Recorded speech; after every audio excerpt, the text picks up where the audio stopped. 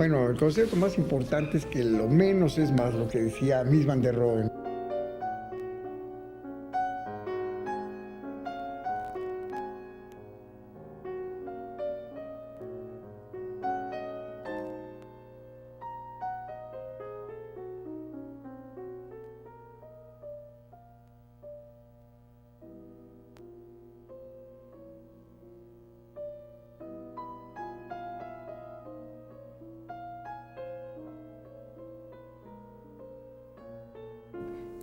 Pues hablar de Ramón Torres y de la obra de Ramón Torres, estamos obligados a hablar de la arquitectura de la segunda mitad de este siglo. Ramón Torres ha tenido la suerte de participar en épocas muy importantes de la arquitectura mexicana con una visión internacional. Bueno, yo nací en el estado de Hidalgo, en Pachuca. Ahí pasé los primeros meses de mi vida y me vine, pues cuando tenía yo 3 o 4 o 5 meses. Entonces me vine a una ciudad que realmente es completamente diferente a lo que estamos viendo ahora. Me acuerdo que llegamos a vivir de Pachuca a Berlín y Londres, ahí pegadito a Insurgentes. Entonces, pues ahí yo me acuerdo de una ciudad en que me subían al tranvía, me dejaban solito que me fuera yo a recorrer la ciudad y me recogían a las 2 horas en la esquina, me bajaban del tranvía. Que sí, que de ahí te das cuenta tú lo tranquila que es esta ciudad, ¿no? Me empecé a interesar en la arquitectura cuando estaba yo realmente en secundaria. Varios de los maestros que me daban clase en la escuela donde estudié, que fue el Colegio Morelos, eran arquitectos y ellos eran arquitectos, daban clase en la Escuela Nacional de Arquitectura. Entonces con ellos empecé a platicar de arquitectura. Y ahí yo creo que me nació la afición cuando estaba yo en secundaria. Ya posteriormente pues entré a preparatoria para arquitectura y ya seguí la carrera en San Carlos. Éramos aproximadamente 50 alumnos, muy pocos, es decir, nuestros maestros eran por los arquitectos más connotados, a los cuales ya conocíamos mucho por sus publicaciones, por sus obras, y entre ellos estaba pues el director, era Mauricio Campos cuando yo entré, después el Enrique del Moral, el famoso gringo, que posteriormente fue mi gran amigo, y Augusto Álvarez, Antonio Pastrana, que era un magnífico arquitecto, y que con él, pues es decir, no solamente trabajé, sino fui su ayudante en la escuela, igual que de Augusto Álvarez. Posteriormente, pues casi todos los que estábamos en la generación, cuando estábamos en tercer o cuarto año, empezamos a trabajar de chamberos de nuestros maestros. Mi tesis. Bueno, mi tesis profesional fue, creo que fue una cosa interesante, sí, fue el penal de las Islas Marías. Es decir, siempre pensamos que había necesidad de que uno escogiera para recibirse, pues un tema que tuviera trascendencia, que fuera de interés social, que pudiera realmente ser útil para un estrato de la sociedad. Entonces nos ocurrió el penal de las Islas Marías, lo hicimos Héctor Velázquez y yo. Héctor Velázquez fue mi socio desde que estábamos en la escuela en tercer año, es decir, hasta hace poco tiempo en que ya, pues él ya se retiró, yo más o menos sigo en el ejercicio, y seguimos siendo socios y amigos. Pero desde entonces, es decir, éramos socios y entonces escogimos un tema que desarrolláramos los dos. Esto nos trajo realmente una cantidad de cosas muy interesantes, porque tuvimos oportunidad, en primer lugar, pues de conocer a las personas más importantes en ese momento, que posteriormente nos ayudaron ya en la profesión. El secretario de Gobernación, que posteriormente fue presidente de la República y que nos dio todos los elementos para que pudiéramos ir a las Islas Marías, porque realmente era una cosa medio complicada, tenías que irte en una redada, es decir, salías de Mazatlán, y allá nos pasamos 3 temporadas, mitad de vacaciones y mitad trabajando ahí con Lola la Chata, el Chacal de Tacuba, el Tigre de Santa Julia, que eran personas a todo dar, ¿eh? Posteriormente el hospital que proyectamos en la tesis se construyó, y sí que nos resultó muy buena tesis la que escogimos. ¿Sí? Después de recibirme, me entró la tentación de ir a hacer un estudio de posgrado.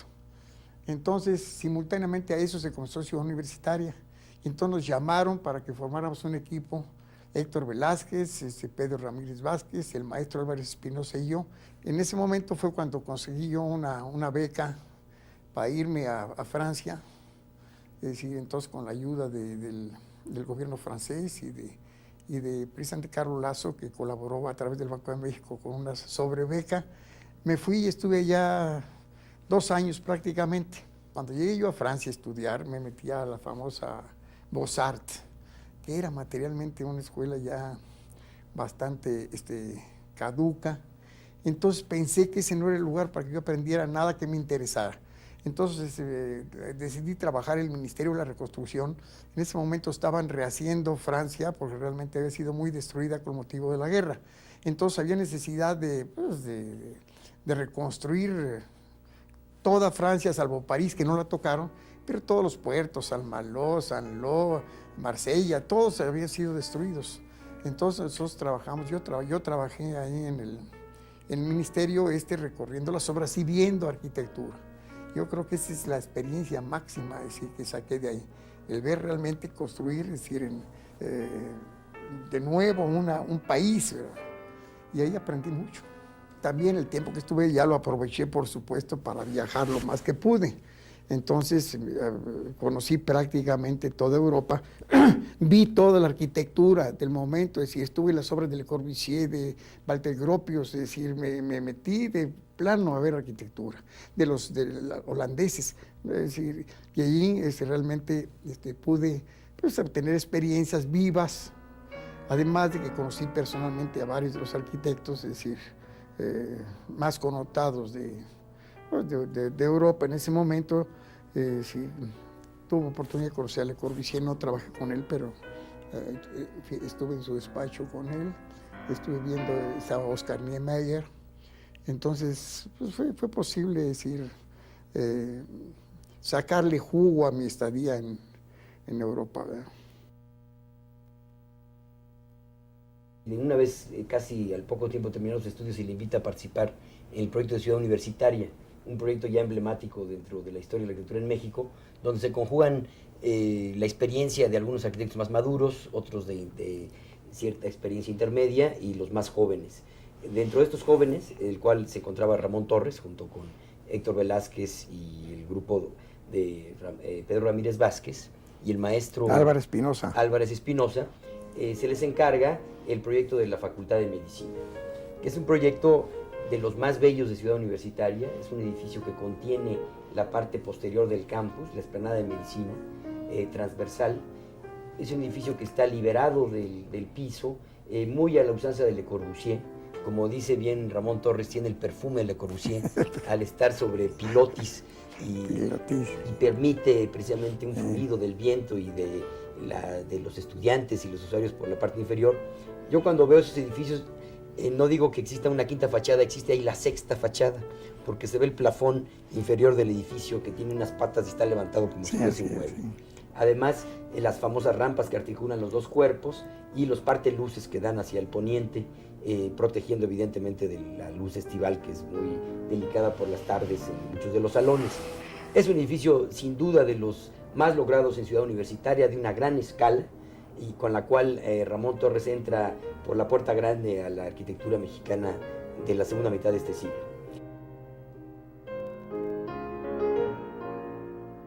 Vuelvo a México y entonces precisamente la sociedad, que es otra de las cosas que yo recomiendo para los muchachos en el futuro, que establezcan equipos de trabajo, para que si tienen trabajo, pues uno no se sale uno, pero se quedan los demás trabajando.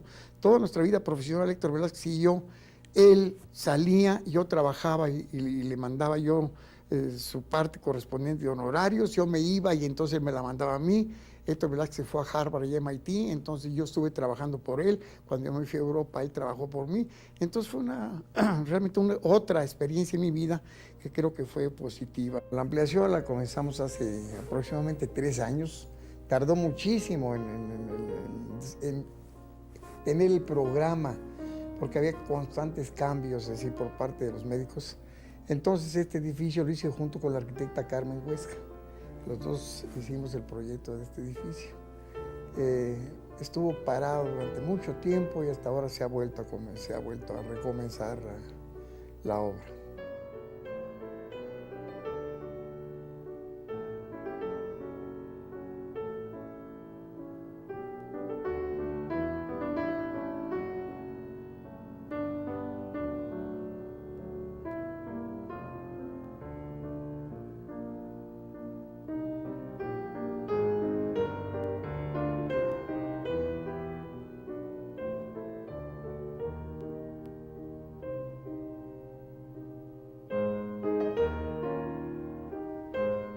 medicina fue conocimiento, porque no había yo todavía comenzado mi serie de viajes, fue conocimientos de lo que hacía Le Corbusier, porque realmente el edificio pues tiene un fuerte perfume Le Corbusiano, ¿no? Posteriormente, pues ya nos introdujimos principalmente a través de Augusto Álvarez, que fue nuestro profesor de toda la vida, Augusto. Nos metimos a estudiar a Louis Kahn, a Mies van der Rohe principalmente. Entonces nos hicimos fans de Mies van der Rohe y empezó nuestro periodo de obras en la cual pues éramos seguidores de nuestro perfume, cambió del Corbusier a Mies van der Rohe.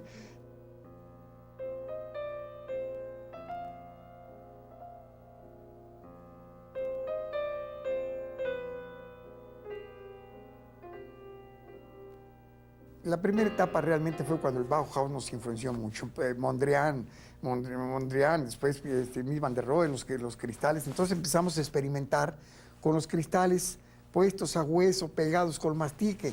Entonces hicimos varios edificios en que eran los cristales como lo están poniendo ahorita, nada más que no había los silicones maravillosos.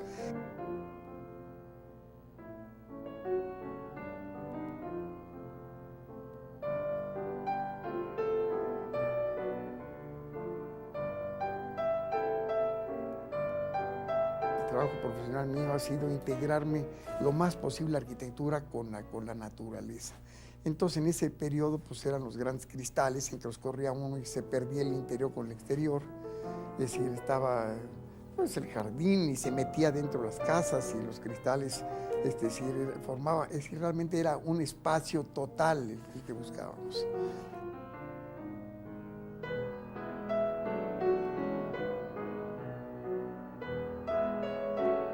Pero empezamos a experimentar con fachadas totalmente espejo, que esencialmente la última pues era exageradísima, porque los cristales no tenían prácticamente más apoyo que 5 centímetros, que era el bordo, con una estructura despuntada de acero, en que el cristal estaba volando en el aire.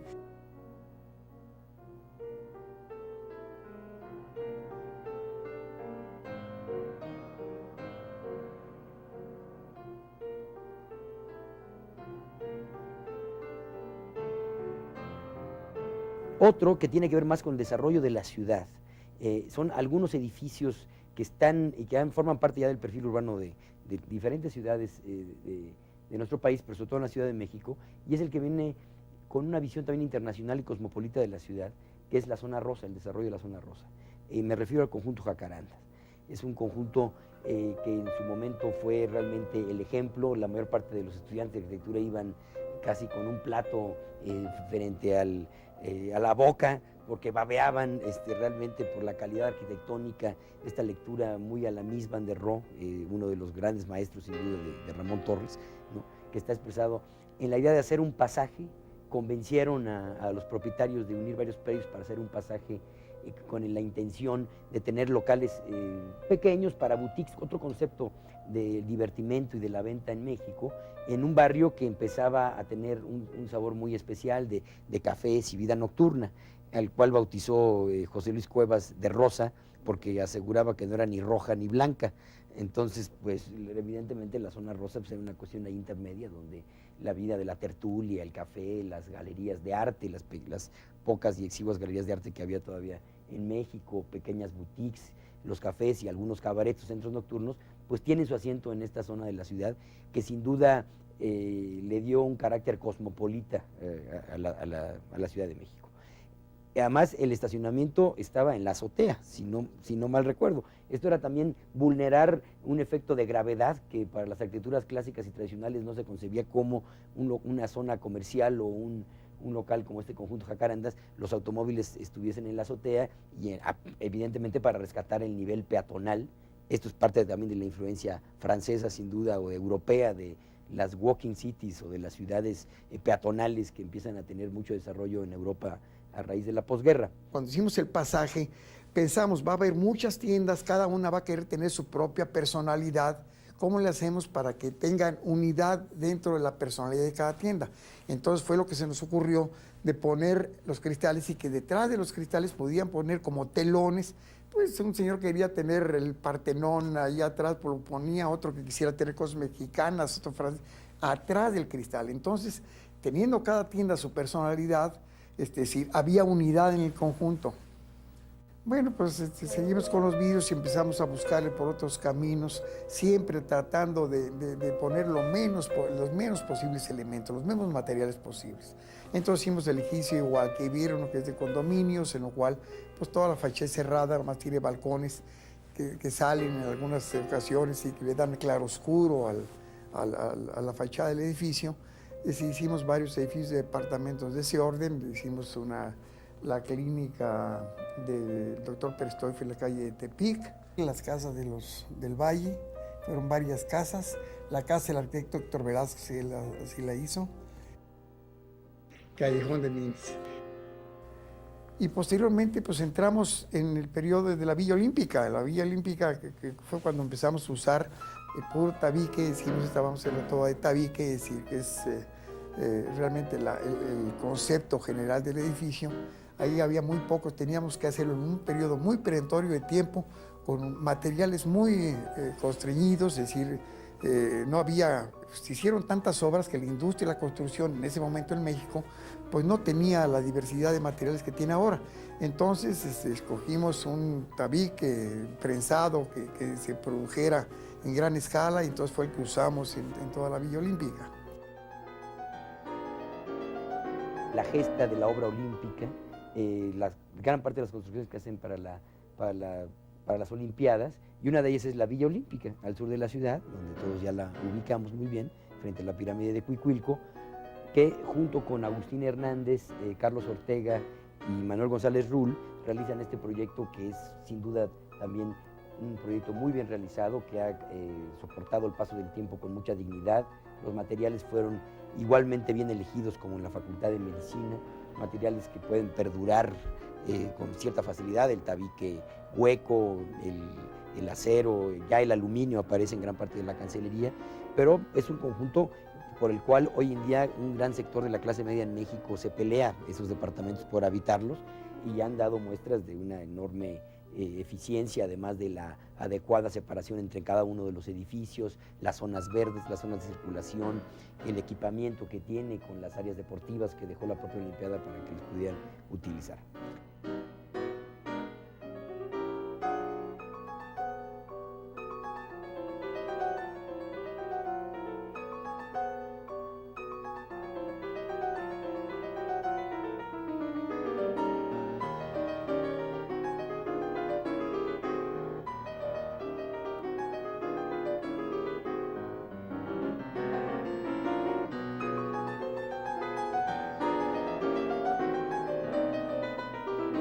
El edificio de la mina lo hicimos en 1970.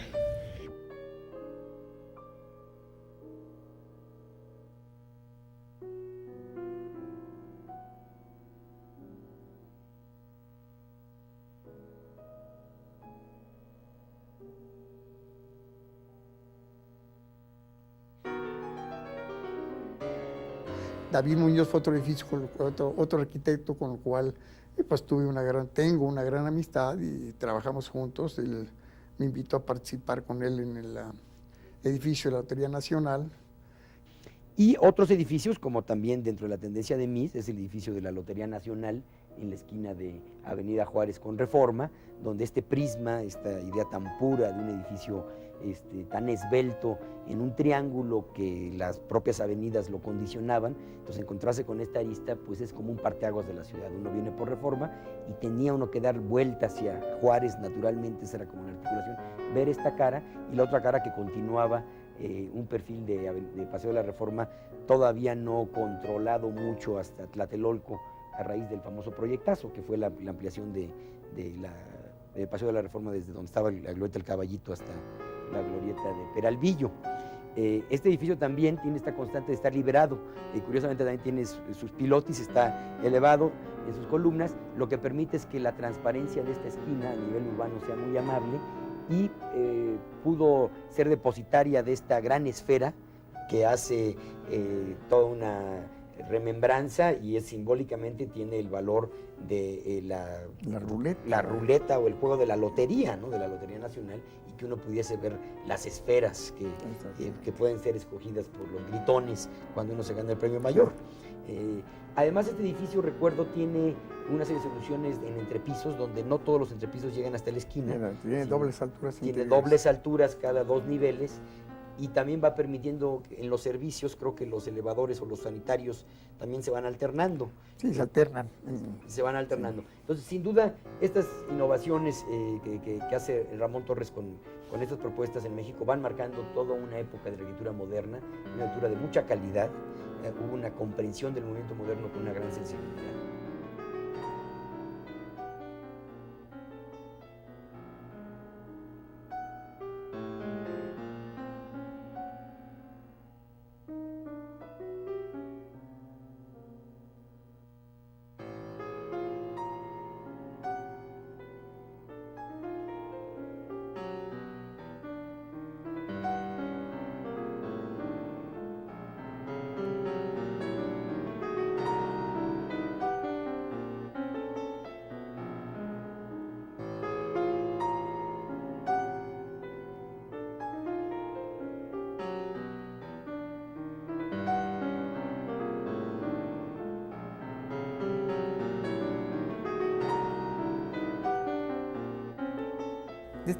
De esta misma época son las casas que hicimos en Rompeolas y Médanos, 5 casas que también están todas ellas entre sí, hay una gran unidad entre ellas, el mismo material se empleó en interiores y exteriores, y creo que fue un ejemplo acertado de esta época nuestra. Más algunos otros conjuntos, sobre todo en la zona de Las Águilas, que hace algunos conjuntos de viviendas de 6 a 8 viviendas en un plano horizontal, también muy bien resueltos a nivel de su masa.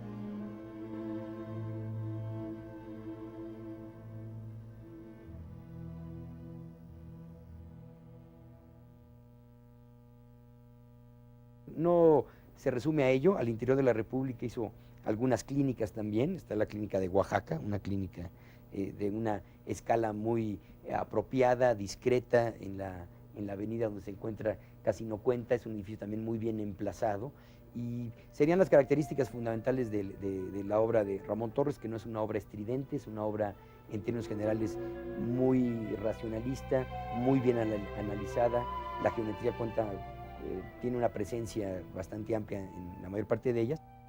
En Tabasco el problema más fuerte que se nos presentó fue el conjunto habitacional. No había habitaciones, se había necesidad de hacer muchísimas habitaciones en edificios que se duplicaran, triplicaran, es decir, no era hacer un proyecto para cada edificio. Entonces ahí el problema fue cómo quitar monotonía cuando se tienen que hacer 1.500 departamentos.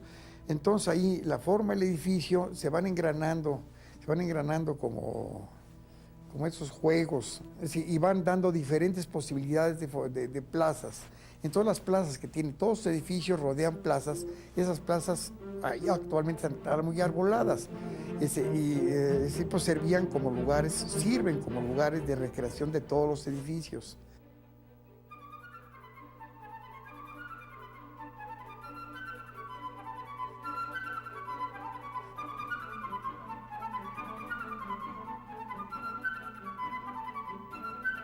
Y también hicimos un museo, que también lo hicimos del mismo tabique, es decir, remembrando precisamente el uso del tabique de Comalcalco.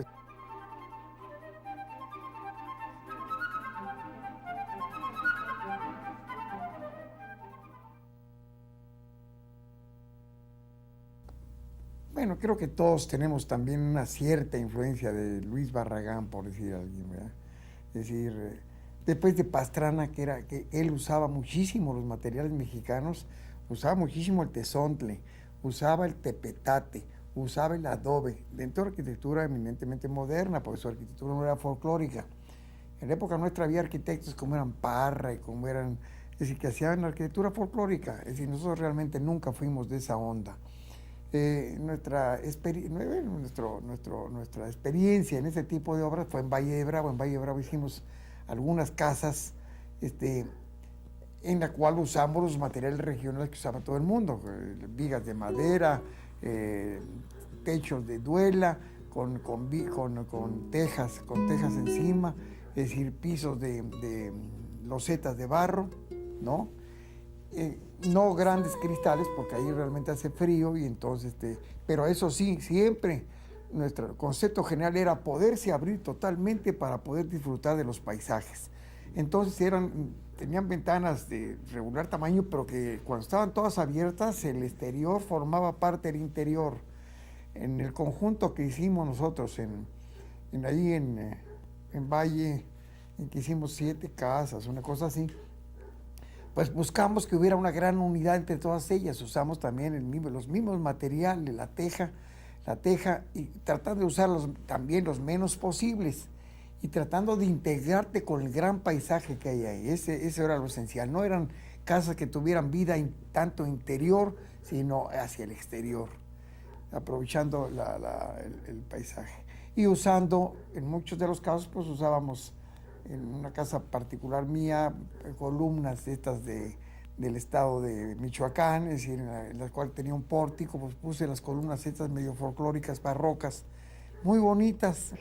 Bueno, Sergio Hernández es un pintor muy connotado oaxaqueño que conozco yo desde su niñez. No sé si se ven los cuadros estos, si este es de Sergio.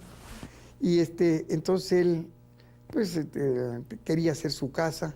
Entonces, en el casco antiguo de la ciudad de Oaxaca, compró un terreno que tenía una casa, la casa se demolió, nomás se conservó la fachada, porque las fachadas son intocables, la fachada a la calle, que es una fachada muy humilde, es decir, sin mayor complicación. Y el interior todo se modificó. Se aprovecharon esencialmente ahí lo que se tenía de una gran riqueza, eran los muros de adobe con la que estaba construida la anterior casa. Entonces tenía unos muros de adobe de 90 centímetros de ancho, con unas texturas, porque el tabique se había carcomido con el tiempo, entonces, perdón, el adobe. Entonces, es decir, cuando lo vimos, esta casa la hice con Héctor Velázquez, hijo. El hijo de Héctor Velázquez, es decir, fue mi compañero en estas andanzas de la casa de Sergio Hernández. Entonces él y yo lo hicimos, es decir, es una casa que está como decía yo usted, en un terreno demolido.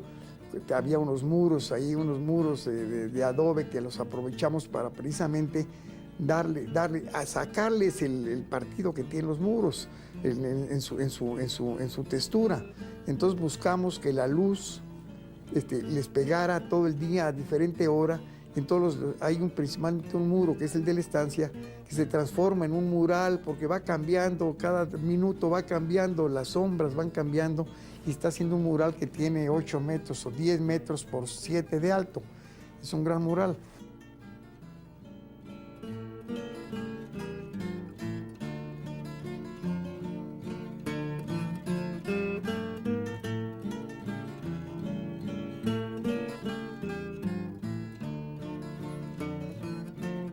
patio posterior está tratado como el patio de una cárcel, y son muros de adobe, de estos preciosísimos, que miden 7 metros de alto y que rodean toda la casa. Toda la casa tiene una muralla de 7 metros de alto de muro de adobe.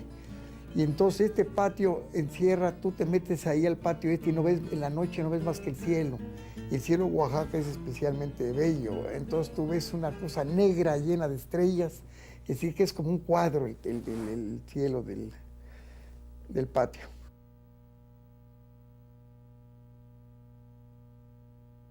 Empecé a dar clases yo creo que como 1945, 1945 o 46, más o menos.